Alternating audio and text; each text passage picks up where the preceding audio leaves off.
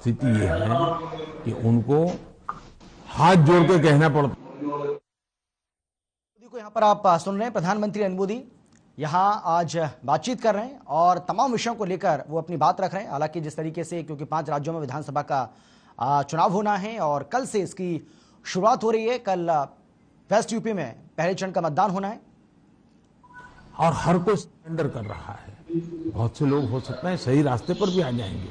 जब देखेंगे कि भाई अच्छे रास्ते से भी जीवन जिया जा सकता है तो हो सकता है अच्छे रास्ते पर आ जाएंगे। लेकिन योगी जी ने सुरक्षा को प्राथमिकता दी है, कोई कॉम्प्रोमाइज नहीं किया है। कुछ लोगों को उसके कारण तकलीफ हो रही क्योंकि उनका कारोबार वही था। आज खास करके माताओं बहनों को जो सुरक्षा मिली है ये बहुत ही महत्वपूर्ण है। अब आप देखिए इतना बड़ा कुंभ का मेला हुआ, यानी हमारे देश में हुए कुंभ के मेलों में सबसे बड़ा कुंभ का मेला योगी जी के कालखंड में हुआ। करोड़ों की तादाद में लोग हैं, कोई कानून व्यवस्था की समस्या नहीं हुई, कहीं चोरी की भी खबरें नहीं आई, जेब कतरे की खबर नहीं आई। ये किसी भी समाज को संतोष देने वाला विषय है, ये गौरव करने वाला विषय है। और हिंदुस्तान में अगर सुरक्षा को प्राथमिकता दी जाए तो बुरा क्या है? नहीं, बुरा नहीं। जैसे सुरक्षा की बात चल रही है, आपको बात आ रही है वहां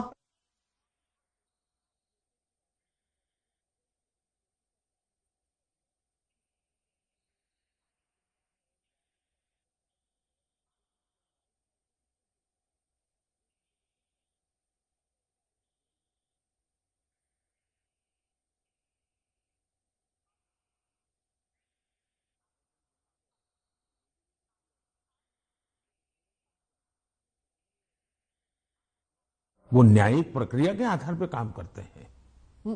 जैसे जैसे लखीमपुर खेरी का इंसिडेंट हुआ था और वो टेनी अभी भी जो हैं वो he still an important person BJP के लिए। तो ऐसे कई इंसिडेंट्स हैं, उसको लेकर जो वहां पर जो समाजवादी पार्टी है it has been successful in saying कि अगर कोई बीजेपी के साथ है तो वो व्हाइट वॉश हो जाते हैं उनके सारे क्राइम्स। मैं यही तो कह रहा हूं कि सुप्रीम कोर्ट जो कमेटी बनाना चाहती थी राज्य सरकार ने सहमति दी। सुप्रीम कोर्ट जिस जज के नेतृत्व में तपास करना चाहती थी राज्य सरकार ने सहमति दी। राज्य सरकार ट्रांसपेरेंसी से काम कर रही है, तभी तो सुप्रीम कोर्ट की इच्छा के अनुसार सारे निर्णय करती है। आप डबल इंजन सरकार के बारे में काफी बारी कह चुके हैं अपने स्पीचेस में। डबल इंजन सरकार से आप विश्वास जगाना चाहते हैं इलेक्टोरेट में कि विकास जल्दी हो जाएगा अगर दोनों तरफ, मतलब सेंटर में भी और स्टेट में भी बीजेपी की सरकार रहेगी। लेकिन कुछ लोग समझते हैं कि इससे एक धमकी की तरफ देखते हैं कि अगर डबल इंजन सरकार नहीं है तो विकास में गतिरोध आ सकता है, वह विकास मतलब गाड़ी आगे नहीं चलेगी अगर ये डबल इंजन सरकार नहीं होगी तो। देखिए, परिवार में भी माँ बाप हमेशा सभी भाइयों बहनों को कहते हैं कि देखो भाई हम सब मिलकर के इस दिशा में जाएं तो सब अच्छा होगा, और सब उसी दिशा में प्रयास करते हैं। कोई एक दूसरे के विपरीत नहीं करता है। इतना बड़ा देश है, अगर हम एक दूसरे से विपरीत करेंगे तो हमारे संसाधनों नष्ट हो जाएंगे, हमारे देश की भलाई करने की गति रुक जाएगी। और इसलिए देश के लिए बहुत आवश्यक है कि लोगों के कल्याण के काम हम मिल बैठ के करें और ज्यादा तेजी से करें। और उसमें भी अगर हम राजनीति करने जाएंगे, मेरा राज्य है मैं मेरी मर्जी से करूंगा, ऐसा करेंगे तो कितना नुकसान होता है मैं एक योजना बताता हूं। अब जैसे आयुष्मान भारत योजना, आयुष्मान भारत योजना गरीब जो बीमारी में है उसको 5 लाख रुपए तक बीमारी में स्वस्थ होने के लिए सहायता करता है। भारत सरकार करती है, पैसे भारत सरकार दे रही है। राज्यों को तो लेना है, देना कुछ नहीं है। कुछ राज्यों में अपनी अपनी योजनाएं हैं, हमें कोई इससे इतराज भी नहीं है, हम नहीं कहते कि योजना बंद करो। लेकिन इससे फायदा ये होता है कि मान लीजिए उत्तर प्रदेश का कोई नागरिक है और केरल गया हुआ है और वहां उसको कुछ हो गया, तो ये योजना ऐसी है कि केरल में भी उसको ट्रीटमेंट मिलेगी। उसको उत्तर प्रदेश में बीमार होगा तो लाभ होगा ऐसा नहीं, केरल में मिला। इसका मतलब कि आयुष्मान भारत योजना से जोड़ना, मतलब दोनों इंजन जुड़ जाएंगे तो गरीबों को लाभ होगा कि नहीं होगा। लेकिन कुछ राज्य ऐसे हैं जिनको लगता है नहीं, हम आयुष्मान भारत से नहीं जोड़ेंगे। दिल्ली में क्या ऐसी सरकार है? अब दिल्ली का नागरिक हिंदुस्तान के किसी कोने में जाएगा और वहां कुछ हुआ तो उसको वो लाभ नहीं मिलेगा। अब क्या कारण है कि इसका विरोध किया जा रहा है? उसी प्रकार से हमने one nation one ration card क्यों किया कि भाई कोई भी मजदूर हिंदुस्तान के किसी भी कोने में जाएगा, एक ही राशन कार्ड होगा।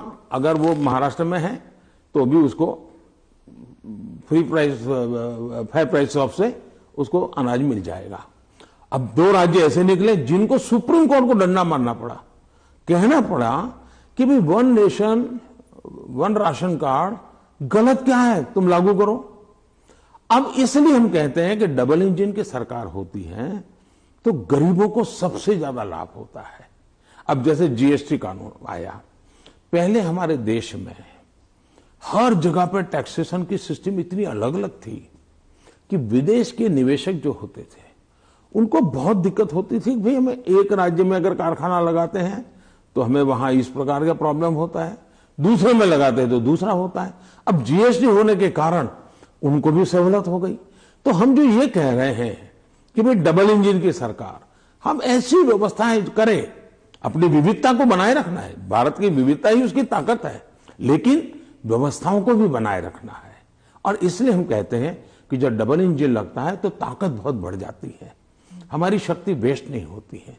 हमें इसका उपयोग सिर्फ और सिर्फ देश का कल्याण, गरीबों का कल्याण, देश के युवाओं का भला, इतना ही हमारा अर्थ है। आप विविधता की रिस्पेक्ट के बारे में बात करते हैं, लेकिन राहुल गांधी और सिर्फ राहुल गांधी नहीं, स्टालिन, केसीआर, महबूबा, ममता सब कहते हैं कि आपकी पार्टी जो है उस विविधता को रिस्पेक्ट नहीं करती, इसलिए चाहे बंगाल हो या आंध्रा, तमिलनाडु, केरला और कश्मीर, इन सभी राज्यों में बीजेपी कहीं घुस भी नहीं सकती है, सरकार बना नहीं सकती है, क्योंकि एक सेंट्रिस्ट, एक स्ट्रांग व्यू पॉइंट वाली पार्टी है जो रीजनल एस्पिरेशंस को नहीं समझती। पहली बात ऐसी है कि भारतीय जनता पार्टी एक ऐसी पार्टी है जिसका ये मत है कि देश के विकास के लिए हमें रीजनल एस्पिरेशंस को एड्रेस करना ही चाहिए। और देश में मैं पहला मुख्यमंत्री हूं जो इतने लंबे समय तक राज्य का मुख्यमंत्री रह करके आया हूं, और इसलिए राज्य के एस्पिरेशंस क्या होते हैं, राज्य की आवश्यकताएं क्या होती हैं, इसका मुझे भली भांति समझ है। और इसी के कारण हम हिंदुस्तान के सभी राज्यों की भला, अब देखिए मैं दुनिया के मेहमान आते हैं तो पहले उनको दिल्ली में ही आना और जाना हो जाता था, मैं ऐसा नहीं करता हूं। आप ट्रंप को ले गए गुजरात? मैं उनको अलग अलग जगह पर, मैं चाइना के राष्ट्रपति को ले गया तमिलनाडु, मैं फ्रांस के राष्ट्रपति को ले गया उत्तर प्रदेश, मैं जर्मन चांसलर को ले गया कर्नाटका, और तब तो कांग्रेस की सरकार थी। किसकी सरकार? इस देश की शक्ति को उभारना, इस देश के हर राज्य को प्रोत्साहन मिलना, यही हमारा काम होता है। अब यूएन में जाकर मैं तमिल भाषा में कोट करता हूं तो दुनिया को गर्व होता है कि भारत के पास दुनिया की सबसे पुरानी भाषा है, पहले कोई बोलता ही नहीं था। और इसलिए तो मैं हर एक को साथ लेकर के चलने का प्रयास करता हूं, और मैं मानता हूं वही रास्ता है। हम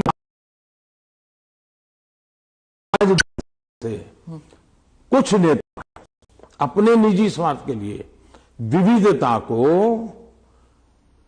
एक दूसरे के साथ विरोध के लिए सीड्स के रूप में उपयोग कर रहे हैं, ये बहुत बड़ा दुर्भाग्य है। हमें विविधता में से एकता को पनपाना है। तो आप कह रहे हैं इससे अलगाववाद बढ़ेगा? पिछले 50 साल का अनुभव यही है, उन्होंने यही किया है, हर चीज पे देश को बांटो, राज करो, और उसी में से अलगाव पैदा होता है। लेकिन भारत का चरित्र ये नहीं है, भारत के नागरिकों का चरित्र ये नहीं है। आप इसको एक do you see it as a threat कि अगर इसे अभी नहीं रोका जाएगा तो सेपरेटिस्ट एलिमेंट्स आ जाते हैं कि जैसे अगर कश्मीर का अलग बात है, नॉर्थ ईस्ट की बात अलग है, लेकिन अगर आप द्रविड़ मूवमेंट को देख लेंगे या कहीं और राज्य में देख लेंगे, अगर रीजनल एस्पिरेशंस को बढ़ाया जाता है तो क्या एक यूनिटी फैक्टर में कोई देखिए, हमने दरार पड़ सकता है? मैं बताता हूं काम करने का तरीका कैसे होता है।